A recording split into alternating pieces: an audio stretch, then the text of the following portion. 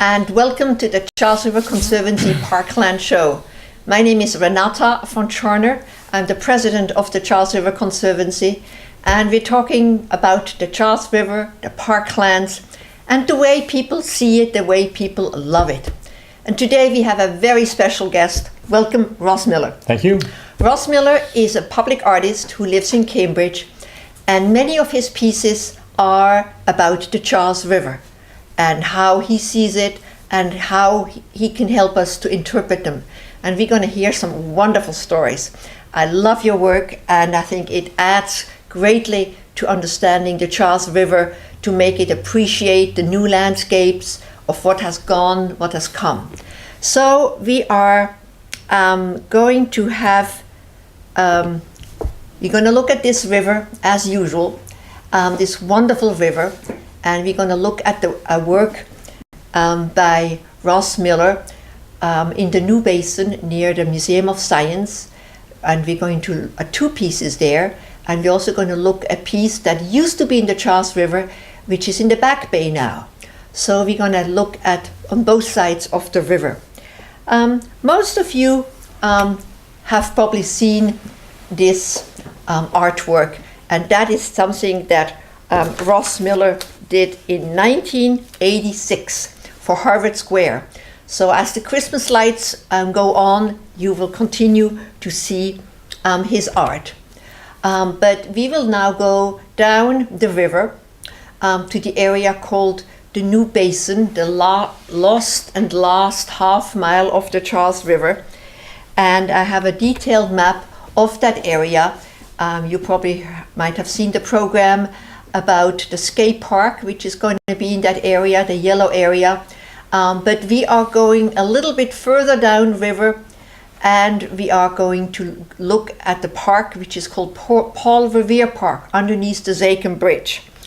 Now we are now on the Boston side, and we are moving towards Cambridge. So this is a new entrance. We are on the dam of the Charles River, and we are moving towards Cambridge.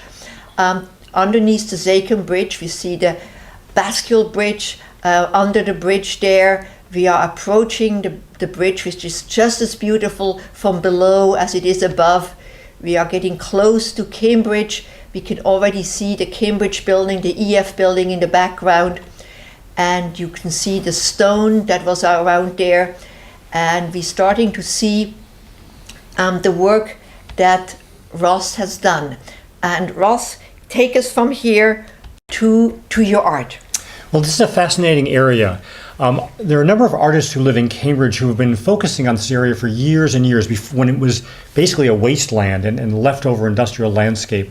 Mags Harries, Lioche, Hayter, Joan Brigham, and other artists put together a group called Reclamation Artists, and they did a bunch of experimental projects in this kind of lost industrial landscape. And it really wasn't until 2.5 months ago that people were able to get in there.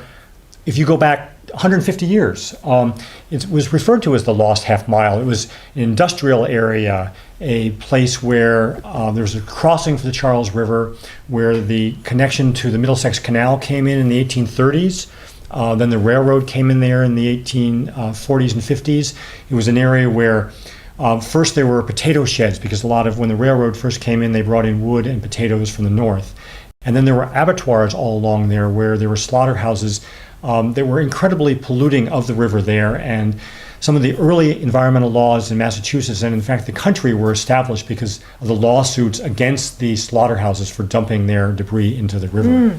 Let's look at let's look at your artwork. I love the way that changes color. Tell us a little bit, how did this artwork come about? Who did you work with?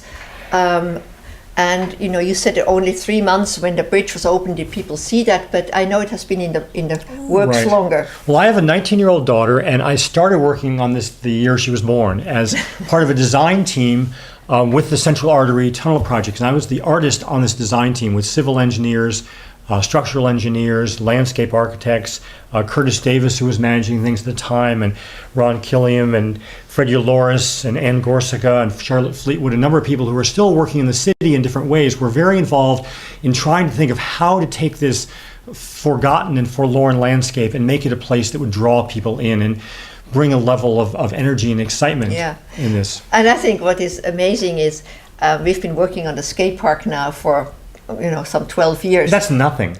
12 years is nothing.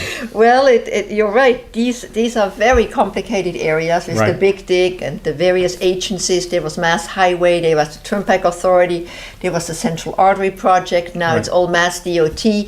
So I think it's interesting to see these projects take a long time. Right, and what I was interested in doing was bringing light into this area.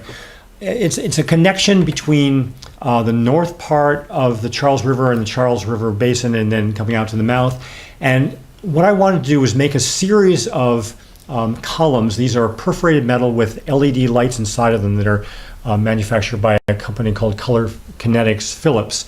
And they change on several different cycles. So as you go through this area, one time you might see one set of colors, and you come through another time you might see another set of colors. But I really think of them as beacons that would draw people into this area from a distance. So you might not think, oh, I want to go walk or ride my bicycle underneath the highway. But it's actually remarkable. It's almost our little High Line in Boston. It's a place that was sort of forgotten, and a few little things were done that make it this amazing celebration of industrial archaeology and contemporary architecture. When you look from this Charles River Basin area underneath the Lenny Zakin Bridge to the north, up toward Bunker Hill Community College, you're looking on what was the leftover bit of Miller's River, a tributary to the Charles that went all the way up to Charles. Yeah, let's go back to the map maybe and see, because you did a piece right next to it. So we have been looking at the area underneath the Zakin Bridge, and you see the orange line, which is the new North Bank Bridge, the new bridge that just opened, and then you see a dotted line that goes north towards the Bunker Hill Community College. And I'd like you to tell us the story of how this pathway comes about. Probably very few people have even know about that, although it's been there for a while. It was one of the very early environmental commitments that the Central Artery made. The Conservation Law Foundation and several other groups actually made this happen because they thought it was very important for pedestrians to come through here. And Carl Hagelin and some other people with the MDC, now the DCR, really supported this and worked to get a certain amount of money allotted to pedestrians within this huge car landscape. So you can now go from Rutherford Avenue in Charlestown down along the edge of the Millers River. You can go north to North Point Park or south to Paul Revere Park.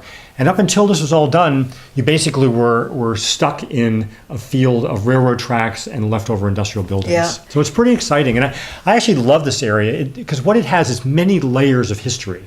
And part of what I worked on were a series of interpretive pieces that when you go through this area, if you're attuned to it, there are a number of different cues to history that was there before. Well, let's look here at. So this is kind of crazy. This is looking down from above, Rutherford Avenue in Charlestown to the right. The I-93 is essentially. Can you identify any landmark? Well, I-93 essentially goes right through the middle of this, and you see a round building in the middle lower left. Yeah. And that is the train shed, which is still used as part of the MBTA train repair. So the Prison Point Bridge, the Gilmore Bridge, goes essentially just along the bottom edge of this picture. So this is an aerial photograph when it was a huge train yard. So we're looking on the north is Somerville. We're looking kind of towards Somerville, and the river would be at the bottom. And Boston Sand and Gravel, parts of Boston Sand and Gravel are now on the lower left corner of this picture. Yeah. So this is kind of the area that you wanted to interpret, to tell the story about in your piece. And what I started doing, I started going through all sorts of old maps, old pictures, talking to archivists, and realizing that this was an area that had sheds and structures that were part of early sugar processing, because sugar was one of the big things that was brought into Cambridge. It's one of the reasons that Necco and Mars and some of the other companies that process sugar into candy and into cookies were located in Cambridge, because sugar came into this area. And the sugar came in by boats Yes. from the Charles River. Yes, and there was actually a section of Revere sugar, and there's a couple of the big warehouses right along Miller's River in the 19th century. Now you also mentioned potatoes. So potatoes, were they? Well, if you head up from this area of Miller's River up toward Rutherford Avenue, there were series of sheds here up until the 1930s. Some of them burned in the 1950s, and people in Charlestown talk about how when these potato sheds burned for several months afterwards, they could smell baked potatoes all through Charlestown. So it was the big storage area for this. The other thing, when I researched the history, there were these loading davits. There were arms that you sometimes see even now along a dock. And there's a post going up with an arm coming out. So I used that image of these loading davits to design a custom light post. And the idea of having this custom light post was to have something so that when you're on Rutherford Avenue and you say, should I actually go underneath that bridge into that area? I wanted to have something that was welcoming, that used color, that was kind of playful. Some people have even said, oh yeah, they're those Dr. Seuss lights. And they're like, some of you probably like those, Ross. I said, well, actually, I made those Dr. Seuss lights. Not thinking about that at the time, but those lights lead you on a path between Charlestown and this area. And in many ways, I also think about it as a huge cathedral. If you just stop underneath this and look at the highway and these huge big columns that are holding it up, it's quite a remarkable place. Yeah, and I feel that the Zaken Bridge is as beautiful below as it is above. And now with this pathway, with the lights, with the skate park coming, with EF and the new restaurant, and there are playgrounds there, all these areas are coming alive and are all connected now. So if you come down this walkway, and this part is yellow, the kind of yellow road, you see a number of numbers. And these are sandblasted numbers which are they're actually 6 feet wide and 3 or 4 feet high. And it seems sort of abstract. Why are these strange numbers there? And it turns out that these numbers came from a map that I found that was done in 1835, making depth soundings of the Charles River in this location. Now we're standing on dry ground or on concrete. But in the 1830s, this was water. And they went out there with rowboats, and in these locations, they dropped a rope over with a lead weight on it, and they pulled it up, and they said, okay, this is 27.2 feet deep, and this is 26.3 feet deep. And as you walk your way up toward Charlestown, the numbers get smaller and smaller because obviously the depth of the bottom of the harbor was getting shallower and shallower. Yeah. So this is one layer to kind of rouse people's curiosity and talk about some of the history here. And because you in Cambridge, we first knew you as a light artist. So there's the light there, and I think it adds to the magic of this area. What kind of lights did you use here? Actually, this was a project where we tried to use the standard DCR light fixture that's used throughout the Charles River Basin, trying to figure out how to do something that didn't add a lot of cost and also didn't bring in a whole other layer of maintenance, and then make this custom pole with these stripes on it. Yeah. We're going to go to a different part of the Charles River now. And in case you just joined us, this is the Charles River Conservancy Parkland show. And this show will be put on YouTube. So if you missed the first part, you can always go to YouTube and find it there. But I'm going to take you now to a part of the river which today is no longer in the river, but the name Back Bay tells us that it was part, and I think you show it on here that it was part of the water. So I became very fascinated about the changes over time and how the Charles River, the shape we see now, is not really what it was even 75 years ago, but particularly not if you take and lay the contemporary map, sort of a road map of Boston, and then you subtract the parts that were part of the basin. And I'm going to go back through time. So here we are looking at the Charles River and Boston Harbor. That lighter green square is the Boston Common, so Cambridge would be up to the upper left-hand corner, just as an orientation.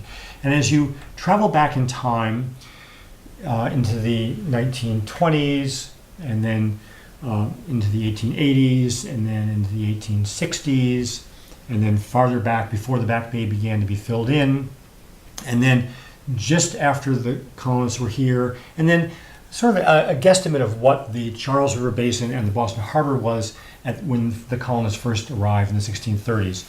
And I found a couple things when I was researching this that actually astounded me. And they had to do with construction that was done beginning in 1911 for what's now the Green Line. And when they were working their way up Boylston Street, they started finding between 40 and 27 feet below the surface wooden sticks. And first they found a few wooden sticks. They said, oh, maybe these are part of an old fence or something from earlier peoples here. And then when they started to look at where they were in the stratigraphy and how far down they realized they were actually several thousand years old. Recovering a lot of these sticks and looking at them, they began to say, well, where do we see in tidal areas these kind of sticks used? And still on the Cape and in many places throughout the world in tidal areas, indigenous people put in structures like this. They're wooden sticks which are buried in the clay, and then across them horizontal wooden pieces, and they're used to catch fish during the spring spawn, and they're called fish weirs. And so I started talking to people. I contacted Ellen Berkland, who was the city archaeologist for Boston, and said, so I've never heard about this whole piece of time. And we think of Boston, Cambridge as historical places, but history really begins in the colonial time. And the people who built these structures and used them were living in this area between 3,700 and 5,200 years ago. So all of a sudden, when I started thinking about that time frame, you can't even say Boston. You say, and the people who were living in the place we now call Boston. Yeah. Because this wasn't the Charles River. This was not Boston. But they came here because of the river, and the river was their way of and the resources, feeding themselves, transporting, protecting them. So Yep. many reasons they came here. So I got very interested in this, and I looked around Boston, and Boston is a place that's full of history, and yet this whole piece seemed to be missing. Mm-hmm. So as an experiment, I decided to build a fish weir along Charles Street in the Boston Common, basically along the edge of the shoreline prior to landfill. And there's a woman, Nancy Seasholes, who's a historian around here, and she doesn't say landfill, she says made land. And she did a book. And she wrote a wonderful book. Book about that, yes. Yep. And so Nancy actually helped me sort of think about where this should be, and some people from the Wampanoag tribe and the Massachusetts tribe. And I worked with students from different public schools in Boston, and we built on the Boston Common, the first one of these I built 10 years ago, about 150-foot long fish weir. And I was thinking, okay, this will be a temporary event, we'll take it down and I'll be done with it. But during the process of this, I met some people from the Wampanoag tribe, and they said, well, it'd be really kind of great to have a little celebration event or a dedication event for this. So I invited some people from the Wampanoag Nation singers and dancers. And where do they live now? Are these people from the region or? A lot of the Wampanoag tribe is more toward the Cape. The Cape, yeah. But there are also some people who have been helping me, a man named Gil Solomon, who's the Sockham of the Massachusetts tribe, the tribe that we take our name from. And essentially the Native Americans who lived in this area, either due to disease, which was brought over by the time the colonists got here, very few of them around. And once they began to see what was going on, they essentially left the area. So there weren't that many Native Americans living exactly on what's now the Boston Common or in Cambridge, although there had been all over the place. This is very rich land and very rich. And where, so give us a sense of where else such fish weirs would have been found. Were they found all along the Charles? They believe that there are fish weirs probably in this area of North Point and around underneath what's now the Lenny's Haven Bridge. They know that there are some archaeological sites up along the Charles, just past where CRI has their boathouse, just past the Cambridge Boathouse and up in there. And also up as far up as Watertown where the waterfall, that was another location where they found weir stakes that were used seasonally by the Native Americans living here. So the fish would kind of run into that obstacle? Basically, in the tidal areas, I mean, in the Back Bay and the Charles River, even up as far as Cambridge, was always tidal. So the tide was going up and down twice a day. And so you'd put these structures in, and the fish really would just get caught, and the tide would go down, and you go and pick them up. And you weren't doing major harvesting; you were just getting enough subsistence food as you needed. And you might catch 30 or 40 fish every day. And what some of the archaeologists who've been doing more recent work realize that these were probably built by family groups, 35, 50 people who lived inland, maybe in the area of Natick or farther inland during the winter. And in the summer, in the spring and summer, they would come along the Charles River to a lot of the islands in the harbor, and they would be catching berries, they would be fishing, they would be smoking fish so they could save it for the winter. And then in the fall, they would move back inland. So it wasn't a migratory lifestyle, just any old path. They actually made a very sequential path between the inland, where they would be getting animals and have their gardens during the winter and fall and winter, and then come to the ocean during the summer and spend the summer in the ocean and then go back. Not a bad idea when you think about it. Yeah, yeah. So I keep on thinking, that this was not the Charles River for most of its history, and it definitely was not called Boston for most of its history. We have a few more minutes, and I would love for you to a little bit expand on the reclamation artists. What was the mission of their efforts? Because I think they played a key role in bringing awareness about the new basin and the last half mile of the Charles. Well, I think in many ways artists are looking for the margins and the edges of things, where things are still haven't been developed that much. If you think about public space and what's wonderful about public space, we really like to have the freedom to be ourselves. And in many ways, as the world is more and more developed, public space is what's left over after various corporate and private interests have their say. Those are the walls of public space. So this area along the Charles, and particularly the north bank of the Charles River, always seemed like kind of an interesting frontier. Yeah. And it was a great place to do temporary art projects. Yeah. And how, what was the mechanism by which at the time Mass Highway and the Central Artery project incorporated art? Was that a mandate? Was that an environmental requirement? It was part. There wasn't a strict percentage. It had been. That would be nice to have a percentage. Wouldn't it be in Boston? Yes, again, Cambridge does do that. Yeah. But it was really out of the goodwill of a lot of people who felt that when you're doing a project of this scale, that it's not just about a highway, that it's really about making public benefit, that places that people who are walking and taking their bicycles can get into. So they realized that having artwork in there would be a way to draw people in and to tell some of these stories and to make some sort of special moments that I hope somebody would say, hey, have you seen this really cool thing? Yeah. You're coming to town. My friend's coming to town. We got to go take a trip into this area. It's really a very unique place in Boston, and a place in Boston that people haven't seen yet. And what is amazing about this area of the North Point Park and the Revere Park is these benefits, which benefit pedestrians and bicyclists.